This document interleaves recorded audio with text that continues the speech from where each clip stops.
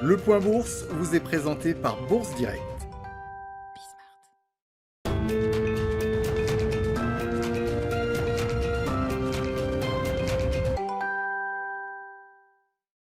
Clôture dans le vert ce soir pour le CAC 40 au terme d'une séance légèrement hésitante. L'indice parisien gagne 0,33% à 5 681 points dans un volume d'échanges légèrement inférieur à 4 milliards d'euros. Les investisseurs qui se sont globalement montrés prudents aujourd'hui avant le discours de Joe Biden attendu dans la soirée aux États-Unis. Celui-ci doit détailler les contours de son plan de relance. Selon CNN qui cite plusieurs conseillers du nouveau président, ce plan devrait être estimé à 2000 milliards de dollars, incluant notamment des chèques aux familles américaines, des aides aux États ainsi qu'aux autorités locales et un financement de la campagne de vaccination.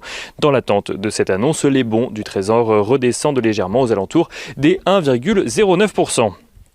États-Unis toujours, la Chambre des représentants a voté hier l'ouverture d'une procédure de destitution contre Donald Trump, la deuxième depuis le début du mandat du président sortant. Suite à ce vote auquel se sont joints 10 élus républicains, c'est à présent le Sénat qui doit examiner les accusations formulées par les démocrates d'incitation aux émeutes qui ont eu lieu au Capitole. Au Sénat, l'influent leader républicain Mitch McConnell ne serait d'ailleurs pas opposé à une telle procédure selon le New York Times. Un procès qui devrait cependant s'ouvrir après l'investiture de Joe Biden. Du côté des statistiques à présent aux États-Unis, les États-Unis font état d'un excédent commercial au record de 78,2 milliards de dollars en décembre. Dans le détail, les exportations ont bondi de plus de 18% sur un an, tandis que les importations progressent de leur côté de 6,5%. Les chiffres du chômage hebdomadaire aux États-Unis toujours font état d'une hausse des inscriptions. Ils bondissent de près de 200 000, 181 000 exactement, sur la semaine pour atteindre un niveau qu'ils n'avaient pas atteint depuis août dernier.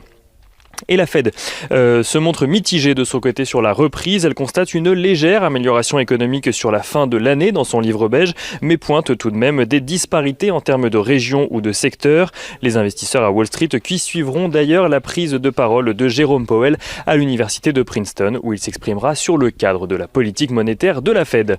Mais retour à Paris, on regarde ce qu'il se passe du côté des valeurs. Les discussions entre Carrefour et le groupe canadien Couche-Tard n'enchantent pas le gouvernement français. Le ministre de l'économie Bruno Le Maire, mais aussi la ministre du Travail Elisabeth Borne ont tous deux fait part de leur désaccord sur ce dossier, invoquant notamment la souveraineté et la sécurité alimentaire des Français.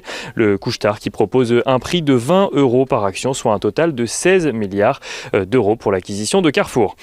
Dans le secteur automobile à présent, Peugeot fait savoir que les ventes du groupe PSA ont reculé de 27,8% en 2020, un recul qui représente environ 1 million de véhicules en moins par rapport aux ventes de 2019.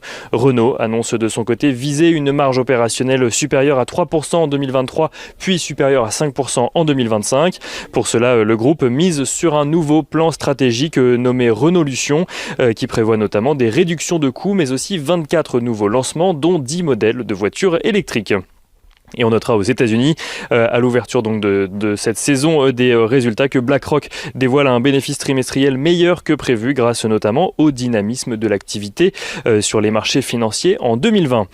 À suivre pour les investisseurs dans la nuit tout d'abord, donc dans la nuit en Europe et notamment à Paris, donc le discours de Joe Biden sur le prochain plan de relance aux États-Unis et les investisseurs qui suivront également demain donc les résultats de plusieurs banques américaines comme JP Morgan, Wells Fargo ou encore Citigroup. Côté statistique, ils découvriront les prix à la consommation en décembre en France, mais aussi aux États-Unis, l'indice de confiance de l'Université du Michigan pour le mois de janvier, ainsi que les prix à la production pour le mois de décembre cette fois-ci.